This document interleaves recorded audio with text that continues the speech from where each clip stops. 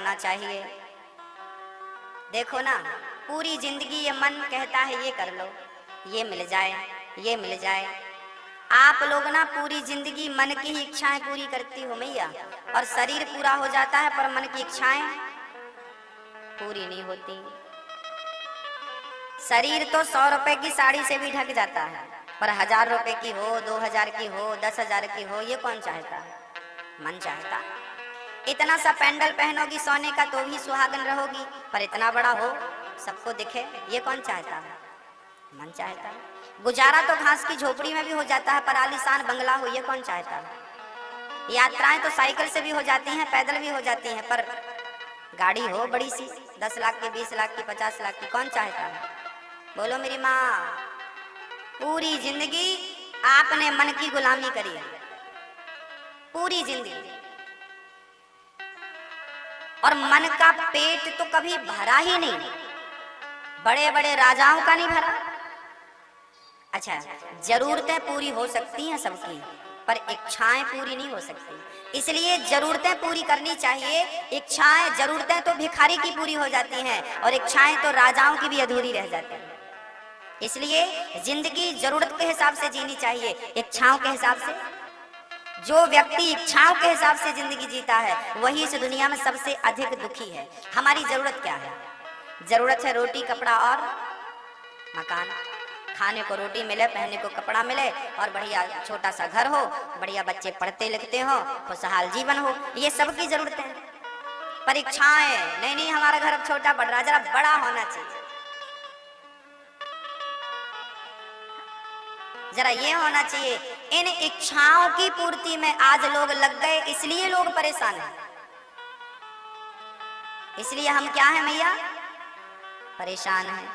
इच्छाएं आपको जीवन भर नचाएंगी, कभी पूरी नहीं होंगी। बड़े बड़े लोगों की पूरी भई। अच्छा, जो आदमी मरने वाला है उससे जाकर पूछो उसकी इच्छाएं पूरी हो गई? जो कल मरने वाला है वो आज कहेगा ना तो वो भी कुछ न कुछ इच्छाएं रख देगा, उसकी भी पूरी नहीं भई। यही तो बंधन का कारण है, यही तो हमें बार बार संसार में आने के लिए मजबूर करता है। इसलिए सारी इच्छाओं का दमन कर दो, प्रेम से अब मन को परमात्मा के भजन में लगा दो, सारे काम हो गए। अब अधिक इच्छाएं ना हो, केवल एक ही इच्छा हो, केवल भगवत प्राप्ति।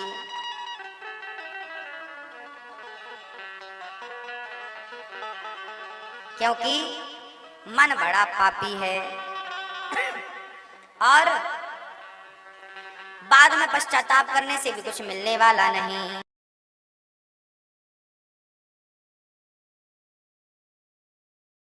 उस पीपल की छांव में आपको गर्मी से राहत मिलेगी कि नहीं?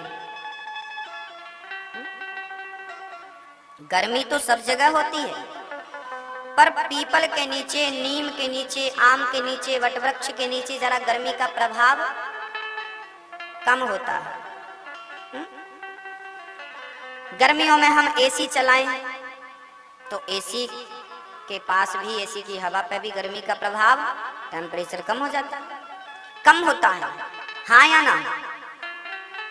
जैसे गर्मी तो सब जगह होती है, पर पीपल के नीचे गर्मी का प्रभाव जरा कम होता है, ऐसे कलयुग तो पूरी जगह पर है, सब घर पे सब जगह पर कलयुग है। पर जहाँ भगवान की कथा और कीर्तन होती है वहाँ कलयुग का प्रभाव कम होता है, याद रखिएगा। जहाँ कीर्तन होती है, जहाँ कथा होती है, जहाँ भजन होता है, वहाँ पर कलयुग का, बुराइयों का प्रभाव अन्य जगह से कम होता है। अधिक कीर्तन होगा आपके घर पे तो आपके घर पे जो कलयुग का प्रभाव है, जैसे कि घर पे बुराइयां हैं, बच्चे चिड़चिड़ाते रहते हैं, पति में बड़ा गुस्सा रहता है, छोटी छोटी बातों में घर में झगड़ा हो जाता है, बिना कोई बात के बात हो जाती है। हाँ, छोटी सी बात को बड़ी बात समझ लेते हैं लोग, और घर पे अशांति है, कलह है, क्लेश है, घर में लक्ष्मी आती बहुत है, टिकती नहीं है। इन सारी समस्याओं का एक ही समाधान है, भगवान का कीर्तन। भाई भूख लगे तो क्या करना चाहिए? भूख लगे तो क्या करना चाहिए? भूख लगे तो भोजन करना चाहिए।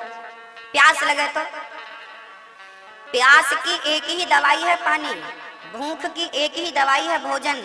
ऐसे शांति पाना चाहते हो तो एक ही दवाई है भजन, भगवान का कीर्तन अपने घर पे करो, अपार शांति का अनुभव। आज लोग ना बड़े दुखी हैं, बड़े कष्ट में हैं, बड़े परेशान हैं।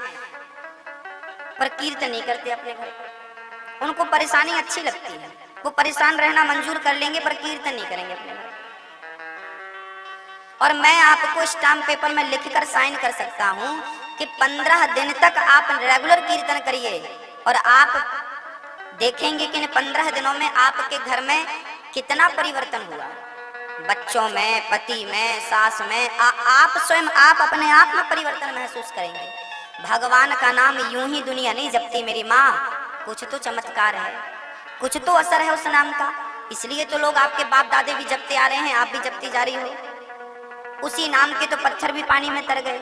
जब से पत्थर पानी में तरे हमने सुना, तब से यकीन हो गया कि पत्थर तर सकते हैं तो हम भी तर ही सकते हैं इस नाम के बल पर। इसलिए नाम बहुत जरूरी है। आधा घंटा रोज। अच्छा, भोजन करने में आपको कितना टाइम लगता है? कम से कम 15 मिनट। ठीक है, 10 मिनट मान लो। 10 मिनट लगता है, 15 मिनट लगता है। अच्छा ठीक है, चबा चबा के खाना चाहिए। 15 मिनट लगता है, ठीक है। यदि भोजन 15 मिनट सुबह, 15 मिनट शाम, तो आधा घंटा तो ये भी हो गया।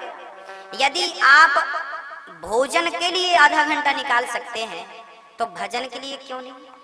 जबकि भोजन में मात्रा लगी है, भा में ओ की मात्रा भो, अर्थात भोजन करो तो मात्रा से करो, जरूरत से ज्यादा खाओगे मर जाओगे। भोजन में मात्रा है, जबकि भजन में कोई मात्रा नहीं। भजन कोई मात्रा नहीं, करते जाओ भजन। भजन अर्थात स्मरण, अर्थात कीर्तन। अपने घर पे आपके बच्चों का संस्कार कब बनेगा? आपके घर पे दिन भर टीवी चल रही है, आपके घर पे दिन भर टीवी चल रही है, दिन भर बुराइयां चल रही हैं, उसकी इसकी उसकी, तो जिस घर में दिन भर बुराइयां होती हैं किसी ना किसी की, उस घर में शांति कैसे रहेगी ये बताओ? जिस घर में भगवान की चर्चा होगी, सत्संग होगा, भगवान की चर्चा होगी, उसी घर में ना शांति रहेगी। भाई बुजुर्ग लोग कहावत कहते हैं कि कुत्ता भी बैठने के पहले अपनी पूंछ से साफ कर लेता है। तो जिस घर पे आप लक्ष्मी, आप चाहते हैं ना हमारे घर पे लक्ष्मी का वास रहे, चाहते हैं ना, सब लोग चाहते हैं, तो लक्ष्मी का वास रहे ये तो चाहते हैं, पर लक्ष्मी को पसंद क्या है ये बिल्कुल नहीं पता आपको। आप अच्छा एक काम करो, एक बार हमें किसी ने बोला गुरुजी हमारे घर पे आना, हमने कहा ठीक है। तो उनके घर से हमें कोई लेने भी आया, हम चले गए और जैसे ही हम उनके घर पर पहुंचे तो पति पत्नी की खूब तगड़ी लड़ाई चल रही थी। पता नहीं किस बात पर चालू हो गई। अब पत्नी और पति खूब झगड़ा कर रहे थे। अब हम द्वार पे खड़े रहे, अंदर जाने की हमारी हिम्मत नहीं हुई।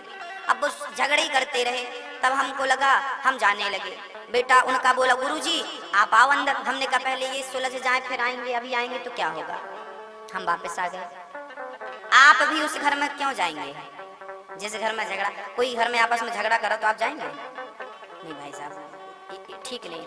जब हम और आप झगड़ा वाले घर पे जाना पसंद नहीं करेंगे तो साक्षात लक्ष्मी माँ उस घर पे कैसे आएंगे जहाँ ईर्ष्या है, झगड़ा है, द्वेष है, कपट है। लक्ष्मी माँ तो उसी घर पे आती है जिस घर में प्रेम है और भगवान की चर्चा, भगवान की कथा है। उस घर पे लक्ष्मी आती है और आती नहीं है मेरी माँ, टिकती है, रहती है। कुछ घरों में ना जाति से बड़ी शांति मिलती है और कुछ घरों में जाति से मन उदास हो जाता है। कभी कभी आप अपने आप उदास हो जाते हैं, कभी कभी आप अपने आप प्रसन्न हो जाते हैं। क्यों?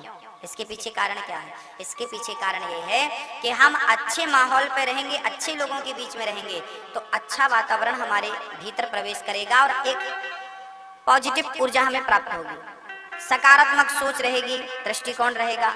और यदि हम गलत बीच में है, गलत लोगों के बीच में है तो ना चाहते हुए भी हमारे विचार में गलत भाव आएंगे, गलत विचार आएंगे। एक बार क्या हुआ, लक्ष्मण जी और राम जी जा रहे थे, एक जगह पर छाया थी तो राम जी बोले लक्ष्मण जरा यहाँ बैठो। तो राम जी लेट गए, लक्ष्मण जी पांव दबाने लगे। उसी समय लक्ष्मण जी के मन में ख्याल आया कि वनवास तो राम जी का हुआ है, मैं क्यों फालतू आ गया। बढ़िया वहीं रहता, ऐश करता, आराम करता, फालतू बिना चप्पल जूते के नंगे पैर चलना पड़ रहे हैं, कांटे पत्थर, और ये पांव और दबाते रहते हैं दिन भर, पांव और दबाव इनके। लक्ष्मण जैसे भक्त के हृदय में ऐसा कुविचार आ गया। 5-10 मिनट तक राम जी आराम करते हैं, इसके बाद कहते हैं लक्ष्मण जी अब यहाँ से आगे चलते हैं। और जैसे ही लक्ष्मण जी उस जगह से, ये रामचरित्र, ये रामायण में श्री वाल्मीकि जी ने ये बात लिखी है, राम जी जब आगे चले तो लक्ष्मण जी का विचार शुद्ध हो गया। अब तो लक्ष्मण जी ने विचार किया कि मैंने ऐसा सोच कैसे लिया, मेरे मन में ये ख्याल आ कैसे गया कि मैं राम जी के साथ क्यों आया, ये ख्याल क्यों आ गया मेरे, मैंने राम जी के बारे में गलत क्यों सोचा। राम जी के चरणों में गिर पड़े, प्रभु बताओ मैं उस जगह पर रुका तो मेरे मन में गलत विचार क्यों आ गया। तब राम जी बोले हंस करके, लक्ष्मण ये तुम्हारी गलती नहीं है। आज के हजारों साल पहले यहाँ पर इसी जगह पर दो भाई रहा करते थे। वो दोनों भाई बड़ा प्रेम करते थे आपस में। तभी उन्होंने वरदान मांगा था कि जब तक ये दोनों भाई आपस में नहीं लड़ेंगे तब तक इनका नाश नहीं होगा। तब एक स्त्री बहुत सुंदर वहां से गुजरी तो दोनों भाइयों ने उसे देखा और दोनों बड़े आकर्षित हुए और दोनों ने कामना करी ये हमारी है, ये हमारी है। और उस स्त्री के चक्कर में दोनों भाई आपस में लड़ गए थे। इसी जगह पर दोनों का मल्ल युद्ध हुआ था और दोनों इसी जगह पर लड़के मरे थे। तो 1000 साल पहले दोनों भाई इस जगह पर लड़के मरे थे। आज भी इस जगह का प्रभाव है कि जो इस जगह पे आता है उसका मन बिगड़ जाता है, उसकी बुद्धि बिगड़ जाती है। तो कुछ कुछ तो जगह भी होती है, स्थान भी होता है। इसलिए आपसे निवेदन है कि आप पहले तो अपने आप को स्वस्थ रखें, मन शांत रहे, उसके लिए कीर्तन करना पड़ेगा। घर का यदि वातावरण दूषित है तो उसे आप शुद्ध करिए। कैसे शुद्ध होगा? बोले कीर्तन से शुद्ध होगा। इसलिए 24 घंटे में अधिक नहीं तो आधा घंटा कीर्तन किया करो। हम लोगों ने पढ़ा भी तो है का खा गा घा, यही पढ़ाएगा ना, सिस्टम तो यही था। का के बाद क्या था, खा के बाद क्या था, फिर क्या था, अब 4 ही पढ़े हैं, हम इससे आगे नहीं पढ़े। का खा गा घा, इसका सेम अर्थ क्या है? का मतलब कृष्ण का भजन कर, का। खा मतलब भजन करके खा, पहले ही मत खा, पहले भजन कर, पहले कीर्तन कर, फिर खा। और खा के सो मत जा, कई लोग खा के पहले सोते हैं। खा के बाद गा, राम का नाम, कृष्ण का नाम, गा गा कीर्तन गा चल। और गा के बाद यदि तूने ऐसा किया तो घा मतलब असली घर को प्राप्त हो जाएगा, तू अपने असली घर पे पहुंच जाएगा जिस घर के लिए तू निकला था। ईश्वर की शरण में ही पहुंचना, असली मुकाम तक पहुंचना है। का खा गा घा, का मतलब कृष्ण का भजन कर, फिर खा, और भजन कर, खा के बाद गा, और फिर अपने असली घर को पहुंचेगा। तब सुख मिलेगा, तब शांति मिलेगी, तब समृद्धि बनेगी। इसलिए पहले भजन फिर भोजन। पहले भोजन, कई लोग तो बिस्तर पे चाय पी लेते हैं, बिस्तर पे बिस्किट खा लेते हैं, सो के उठे मंजन ब्रश भी नहीं किया, राम राम और खा लिए। राक्षस हैं कि पता नहीं क्या है। रावण भी ऐसा नहीं था। और इसमें तो इनकी माँ बड़ी लापरवाह है। आज की मम्मियां बड़ी ठीक नहीं है। इन मम्मियों के चक्कर में बच्चे बिगड़ रहे हैं।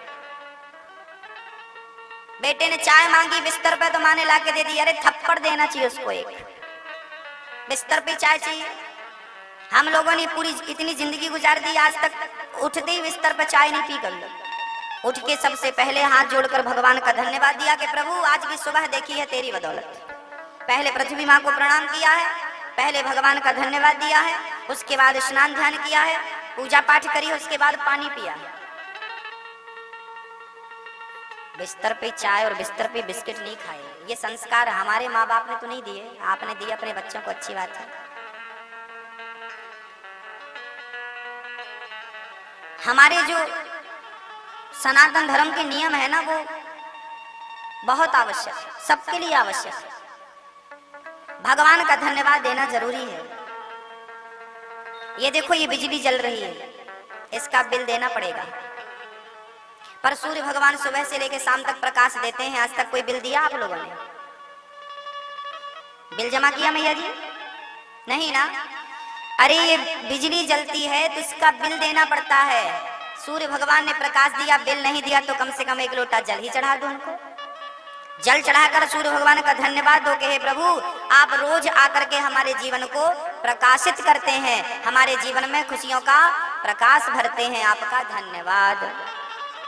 रोज सूर्य भगवान को प्रणाम करना चाहिए, सूर्य भगवान को नमस्कार करना चाहिए।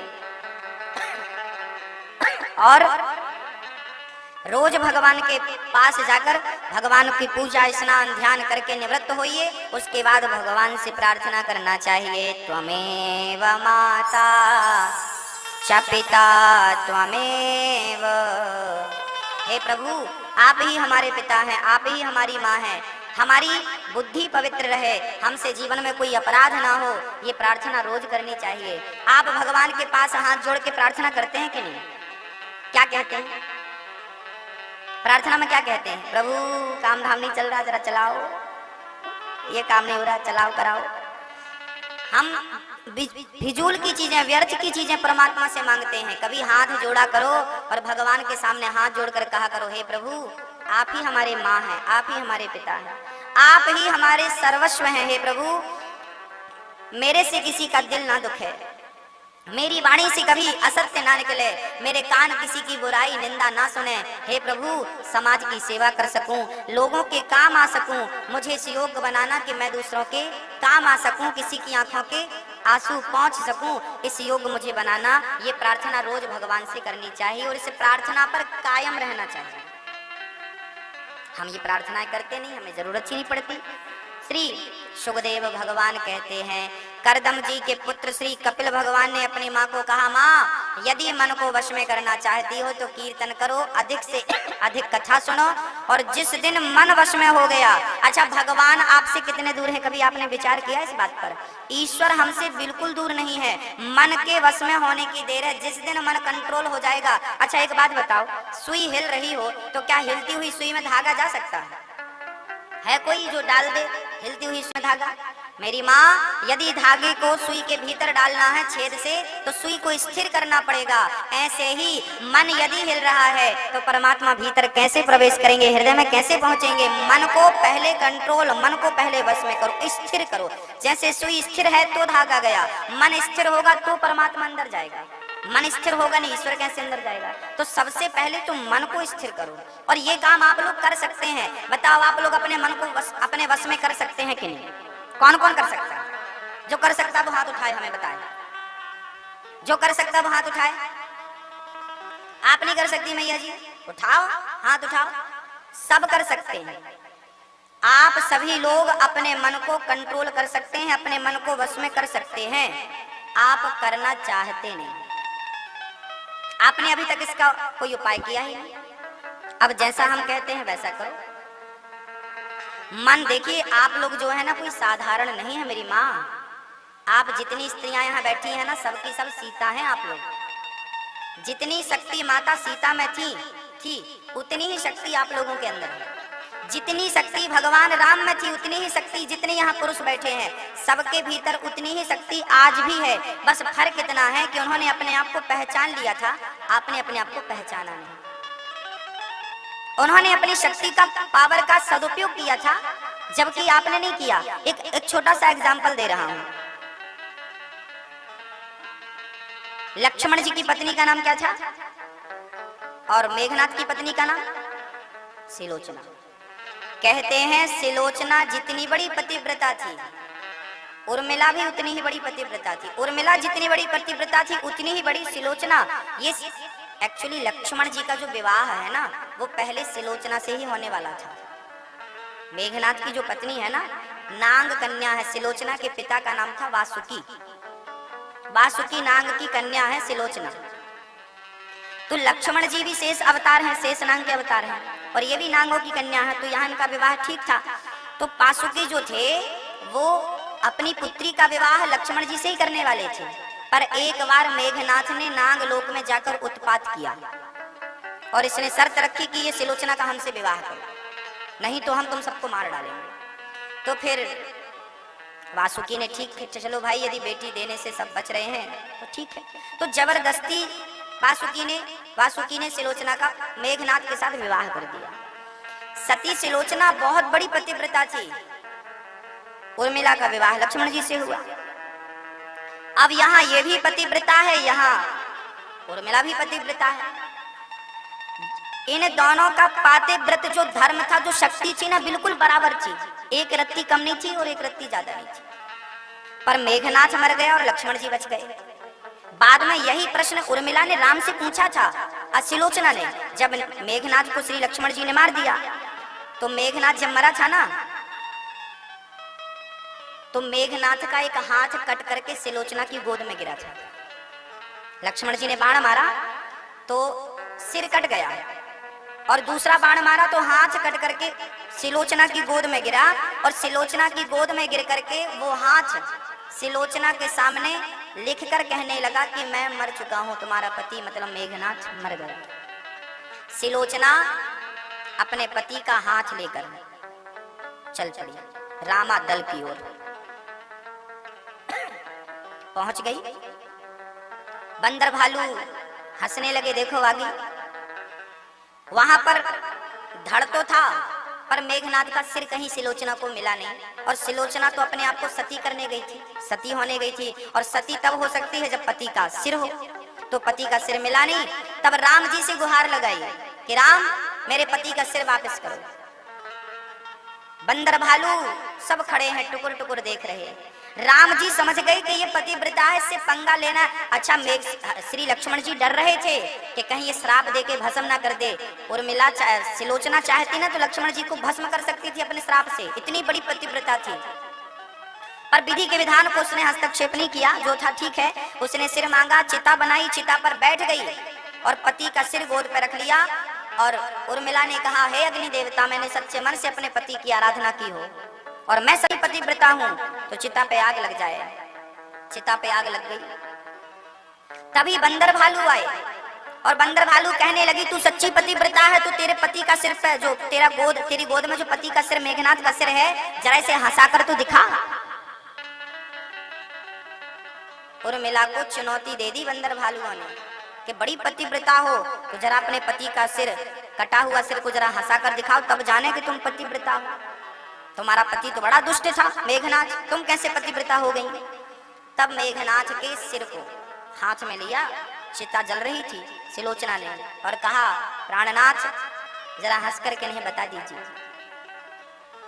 हे प्रभु मेरे पति मर चुके हैं, पर यदि मैंने सच्चे मन से अपने पति की सेवा की हो और मैं पतिव्रता हूं तो मेरे पति की आत्मा जरूर वापस करिए और इन्हें हंसाइए। अब पतिव्रता की बात भगवान कैसे टालते, तो कटा हुआ सिर मेघनाथ का खिलखिला के हंसने लगा और हंसते हुए पति के साथ उर्मिला सिलोचना सती हो गई। जलती हुई सिलोचना ने राम से प्रश्न किया कि प्रभु मैं भी पतिव्रता थी, लक्ष्मण की पत्नी भी पतिव्रता थी, पर मेरा पति मर गया, इनका कुछ नहीं हुआ, उर्मिला का पति नहीं मरा, क्यों। तब राम जी ने कहा था, सिलोचना मैं तुझे प्रणाम करता हूं। फर्क इतना था कि लक्ष्मण जो थे वो राम के साथ थे और मेघनाथ जो था वो रावण के साथ था। आप बड़ी पतिव्रता हो, लेकिन आपकी शक्ति जुड़ी किससे है, धर्म से या अधर्म से। यदि आपकी शक्तियां धर्म से जुड़ी हैं तो वो आपको और बलवान बनाएंगी, और आपकी शक्तियां यदि अधर्म से जाकर जुड़ गईं तो वो आपका पतन का कारण हो जाएंगी, वो पतन कर देंगे। तो मेघनाथ रावण से जुड़ा था, इसलिए शक्ति कम हो गई और मरना पड़ा। इसलिए ईश्वर ने हमें जो पावर दे रखे हैं, शक्तियां दे रखी हैं, उसका सदुपयोग तो करना। यदि दुरुपयोग किया तो परमात्मा उन शक्तियों को छीन लेता है। हम धनवान हैं और धन का दुरुपयोग करते हैं तो भगवान वो धन हमसे छीन लेता है। हम शक्तिशाली हैं और हमने अपनी शक्ति का दुरुपयोग दूसरों के अहित पे किया। हाँ, दूसरों का हित करो, दूसरों की सेवा करो तो वो और बढ़ेगी। धन धर्म में लगेगा तो और बढ़ेगा, धन अधर्म में लगेगा तो नष्ट हो जाएगा, पतन हो जाएगा, सर्वनाश हो जाएगा। इसलिए कोशिश रहे कि धन धर्म में तो लगे, किसी के हित में तो लगे, किसी के अहित में ना लग जाए, इस धन से किसी का नुकसान ना हो जाए। कोशिश करो, ध्यान रखो। श्री सुखदेव भगवान कहते हैं, कपिल भगवान कहते हैं, माँ मन को वश में करना हो तो पहले मन को स्थिर, गंदा पानी होगा ना तो गंदा पानी में आपका चित्र नजर नहीं आएगा, पानी शुद्ध होगा तो आपका चित्र नजर आएगा, प्रतिबिंब नजर आएगा। ऐसे ही जब मन अशुद्ध है तो उसमें कृष्ण का दर्शन कैसे होगा। जिस दिन मन शुद्ध हो जाएगा उसी दिन मन शुद्ध होगा तो परमात्मा का दर्शन मन के मंदिर में ही हो जाएगा। मन को शुद्ध करने की देर है। और मन शुद्ध कैसे होगा, केवल कथा और कीर्तन। इसलिए हमें कीर्तन करना चाहिए।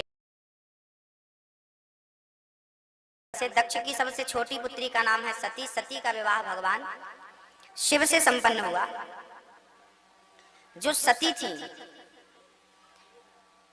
भगवान शिव के ससुर थे दक्ष। एक बार दक्ष प्रजापति को प्रजापतियों का मुखिया बनाया गया। दक्ष प्रजापति जब मुखिया बने तो उन्हें बड़ा अहंकार आ गया। उनको लगा मैं ही सबसे श्रेष्ठ हूँ। उनकी सभा में सब लोग आए। दक्ष प्रजापति को जब मुखिया बनाया तो उनके स्वागत सम्मान में सब लोग आए। सबने खड़े होकर उनका अभिवादन किया, पर 3 लोग खड़े नहीं भये, ब्रह्मा, विष्णु और महेश। अच्छा, ब्रह्मा जी इसलिए खड़े नहीं भये कि ये तो हमारा पुत्र है, विष्णु जी इसलिए खड़े नहीं भये कि ये हमारा नाती है, और शंकर जी बोले ससुर जी हैं, मनसी प्रणाम कर लो, जय हो ससुर बाबा की। पर मानसिक प्रणाम दक्ष को नजर आया नहीं, और भरी सभा में दक्ष प्रजापति ने भगवान शिव का अपमान कर दिया। खड़ा हो गया, अरे सभासदों, इसे क्यों बुला लिया आप लोगों ने? इसे उठने का, बैठने का, खाने पीने का कोई ढंग नहीं है, अभद्र है, ये शमशान में रहता है और ये हम लोगों की सभा में बैठने योग्य नहीं है, ये हटाओ इसे। भरी सभा में भगवान शिव का अनादर करने लगा।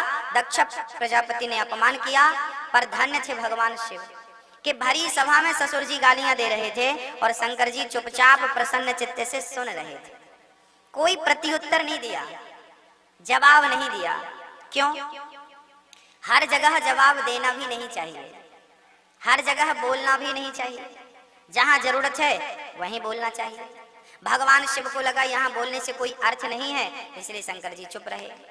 चुप रह करके भी बहुत सारे प्रश्नों का समाधान हो सकता है, इसलिए हमें तो लगभग चुप ही रहना चाहिए। शंकर जी चुप हैं और प्रसन्न हैं। इसका सीधा सा अर्थ ये है कि जब आपको कोई गाली दे तो उस अवस्था में, उस हाल में आपको क्या करना चाहिए? उस हाल में हमें क्या करना चाहिए? जब हमें कोई गाली देता है, भगवान शिव को भरी सभा में गालियां मिली पर भगवान शिव चुप थे और प्रसन्न थे। अर्थात जब कोई हमारा अपमान कर रहा हो, हमें कोई गालियां दे रहा हो, तब हमें भी उसका अपमान नहीं करना चाहिए। हम लोग क्या सोचते हैं कि इसने हमें गाली दी, हम भी गाली देंगे, हम भी अपमान करेंगे। तो जरा बताइए कि आपने भी यदि गाली दी तो क्या आपके गाली देने से समाधान हो जाएगा? हाँ, थोड़ा शांति रखिए मैया जी, वार्तालाप उस तरफ जाके करें। शांति, थोड़ा ध्यान दो मेरी माँ। सभी लोग ध्यान देके सुनेंगे, जितना टाइम है आपके पास सुन लीजिए, यहाँ वहां समय ना जाए और मन ना लगे। भगवान शिव को भरी सभा में गालियां दी गई पर शंकर जी चुप थे। अच्छा, आपको कोई गाली देता है तो आपको बुरा लगता है कि नहीं? आपको मैया जी, ओ मैया, आप लोगों को बुरा लगता है कि नहीं? अच्छा, माना कि किसी ने आपको कहा गधे हो तुम, गधे हो, गधे, तो बता आपको बुरा लगता है? अच्छा, आपको बुरा लगता है तो क्या आप ये बताइए, क्या आप गधे हो? तो जब गधे हो ही नहीं तो फिर बुरा लगने का सवाल ही खड़ा नहीं होता। हा? भाई, गधे का रूप अलग है, उसके 4 पांव हैं, आपके तो 2 हैं। गधे का रूप अलग है, रंग अलग है, खाना पीना अलग है, वो गधा है, आप मनुष्य हैं।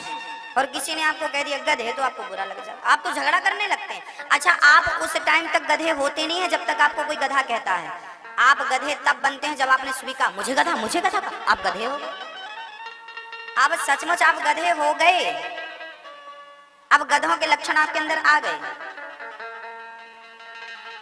आपने स्वीकार क्यों किया? भाई, आपके फेसबुक तो चलाते होंगे आप लोग। फेसबुक पे 2 ऑप्शन होते हैं। जब आप किसी को फ्रेंड रिक्वेस्ट भेजते हैं या आपके पास फ्रेंड रिक्वेस्ट आती है तो उसमें 2 ऑप्शन होते हैं, एक तो एक्सेप्ट कर लो या तो कैंसिल कर दो, रिमूव कर दो। तो आपको स्वीकार करना है तो आप करिए, और स्वीकार नहीं करना तो भी आपके पास ऑप्शन है। ऐसे ही जब आपको कोई गधा बोले तो आप तो पहली बात स्वीकार ही मत करो। भाई साहब, ये गधा आपका, आपको ही मुबारक, आपका गधा आप रखो। चूंकि भाई देखो, हम तो मनुष्य हैं, भगवान ने हमें मनुष्य बनाया है, हमें गधा नहीं बनाया, इसलिए आपके गधे को हम रख नहीं सकते, हमारे घर पे बांधने की जगह बिल्कुल नहीं। आप स्वीकार कर लो, हमें गधा में यही गलत बात है। हमने बुराइयां स्वीकार की हैं, इसलिए बुराइयां बहुत हो गई, अब संभाल नहीं पा रही है। भाई कुत्ता हमें काट देता है कभी गलती से, तो हम भी कुत्ते को थोड़ी काटते हैं, यानी हमें काटा हम भी काटते हैं। यदि आपने भी गाली दे दी, हमने आपको गाली दी और आपने भी हमें गाली दी, तो आप में और हम में कोई अंतर बचा? यदि हम मूर्ख हैं तो आपने गाली देकर कौन सी समझदारी का परिचय दिया है? कहिए। आप कहते हम तो पढ़े लिखे हैं, समझदार लोग हैं। समझदार उसे नहीं कहते जो गाली के बदले गाली देता है, समझदार तो उसे कहते हैं जो आग लगाने वाले के सामने बाल्टी भर पानी लेके खड़ा हो जाए, तुम हमें गाली दो और हम तुमसे प्रेम करें, अर्थात तुम हमारे रास्ते में भले कांटे बो पर हम तुम्हारे लिए तो पुष्प ही बोएंगे। आपका स्वभाव आपके पास है, हमारा स्वभाव हमारे पास। एक बार गंगा जी में एक बिच्छू बहती हुई जा रही थी। एक संत जी को लगा कि ये बहुत ठंडी में परेशान हो रही है, माघ का महीना है और ये बहुत तड़प रही है, तो संत जी ने उस बिच्छी को उठाया और बाहर निकालना चाहा। उस बिच्छी ने तुरंत डंक मार दिया, फिर छूट गई, फिर गिर गई, फिर संत जी ने पकड़ा, फिर छूट गई, फिर गिर पड़ी, फिर पकड़ा। उस बिच्छी ने बार बार संत को डंक मारा। किसी ने कहा बाबा जी वो बार बार डंक मार रही है, आप क्यों उसे बचा रहे हैं? तब संत ने कहा कि जब 50 ग्राम की बिच्छी अपना धर्म नहीं छोड़ती तो मैं 50 किलो का इंसान अपना धर्म कैसे छोड़ दूं? इसका धर्म है डंक मारना और मेरा धर्म है इसकी रक्षा करना। जब ये अपना धर्म नहीं छोड़ती तो मैं अपना धर्म कैसे छोड़ दूं? दुष्ट अपनी दुष्टता नहीं छोड़ता तो हमें अपनी सज्जनता क्यों छोड़ते हैं आप? क्यों बुरा लगता है गाली जब कोई देता है? अच्छा गाली आपने सुन ली 2-4 तो क्या आपका वजन कम हो जाएगा? तो आप क्या हो जाएगा? अच्छा ही है, वजन कम होगा तो अच्छा। पर आपने तो लोड और बढ़ा लिया, माथा गर्म कर लिया, गाली। रात को नींद नहीं आई, फला ने गाली दे दी हमको। अरे भाई दे दी तो अच्छा ही है ना, आपसे कुछ लिया तो नहीं, दिया ही है, उसके पास जो था बेचारे ने दे दिया, इसमें बुरा मानने की क्या जरूरत है? हम लोग समझते नहीं। शंकर जी को भरी सभा में गालियां मिली, ससुर ने दी, पर शंकर जी ने कोई प्रत्युत्तर दिया? कर्पूर गौरम करुणावतारम, ये करुणा के अवतार हैं, आपको गुस्सा नहीं आया? मेरी माँ, अब एक बात बताना, एक अनपढ़ सास थी, अंगूठा छाप, उसका बेटा, माँ ने मेहनत करी, वो बेटा डॉक्टर बन गया, बड़ी पीएचडी वाली बहू आ गई। अब बहू आई पीएचडी थी, बड़ी पढ़ी लिखी थी, वो भी डॉक्टर थी। अब सास अनपढ़, एक दिन बहू ने कुछ किया होगा तो सास ने बोला बेटा ये गलत है, ऐसा नहीं ऐसा करो। अब तो बहू का माथा, ए बुढ़िया चुप रहा कर, मैं पढ़ी लिखी हूँ तो मुझे उपदेश करेगी? जानती नहीं है मैं कितनी बड़ी हूँ, पढ़ी लिखी हूँ, तू तो अनपढ़, गोबर उठाने वाली अनपढ़। डांट दिया। अब सास बेचारी चुप, बहू बड़ी पढ़ी लिखी। अब आप बताइए इन दोनों में अधिक पढ़ा लिखा कौन लग रहा है आपको? जो गालियां देता जाए वो पढ़ा लिखा है या चुपचाप गालियों को बर्दाश्त कर ले वो पढ़ा लिखा है? आपकी नजर, आपका नजरिया क्या है? आप बताओ, मैं तो कुछ जानता नहीं। कौन है पढ़ा लिखा? पढ़ा लिखा केवल वही है जिसके अंदर सहनशीलता है। विद्या हमें क्या सिखाती है? विद्या क्या देती है? विद्या क्या देती है मेरी माँ? विद्या ज्ञान नहीं देती मेरी माँ, विद्या ददाती विनयम, अर्थात विद्या हमें विनय देती है, नम्र बनाती है, वाणी को मधुर बनाती है। जिस विद्वान की वाणी मधुर ना हो, जिस विद्वान का स्वभाव अच्छा ना हो, वो कितना भी पढ़ा लिखा हो मूर्खों से कम थोड़ी है। पहले के लोग भी पढ़े लिखे होते थे, आज के लोग भी पढ़े लिखे होते हैं। फर्क इतना है कि आज के लोगों की पढ़ाइयाँ केवल कागज की डिग्रियों में है, जबकि पहले के लोगों की पढ़ाइयाँ उनके चरित्र, उनके स्वभाव में दिखा करती थी कि ये पढ़ा लिखा है। आजकल उनके चरित्र पर दिखती नहीं है, केवल डिग्रियां, मेरे पास पीएचडी की डिग्री। ये कागज तुम्हारे घर पे अलमारी के अंदर बंद है, अरे वो पढ़ाई जो अलमारी के अंदर बंद है, वो पढ़ाई आपके चरित्र पे कितनी है, आपके स्वभाव में कितनी उतर गई? यदि नहीं उतरी तो स्कूल व्यर्थ गए। पीएचडी कर ली आपने और आपको बड़ों का सम्मान करना नहीं आया। आपने पीएचडी कर ली, माँ बाप का आदर करना नहीं आया, तो पीएचडी की डिग्री किस काम की? क्यों इतना पढ़ाई कर लिया आपने कि अपने से बड़ों का सम्मान करना भूल गए। पहले के लोग कम पढ़े लिखे थे पर बड़ों का आदर करते थे, बड़ों का सम्मान करते थे। आजकल की पढ़ी लिखी तो किसी का सम्मान नहीं करती। तो ये कैसा पढ़ाई है, कैसी पढ़ाई, मुझे तो कुछ समझ में नहीं आता।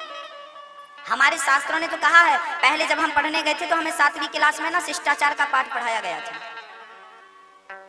अभी एक दिन मैं बस में यात्रा जा रहा था, मुझे अचानक कहीं बस पे चढ़ना पड़ा, तो मैं बस की सीट पे जाकर बैठ गया।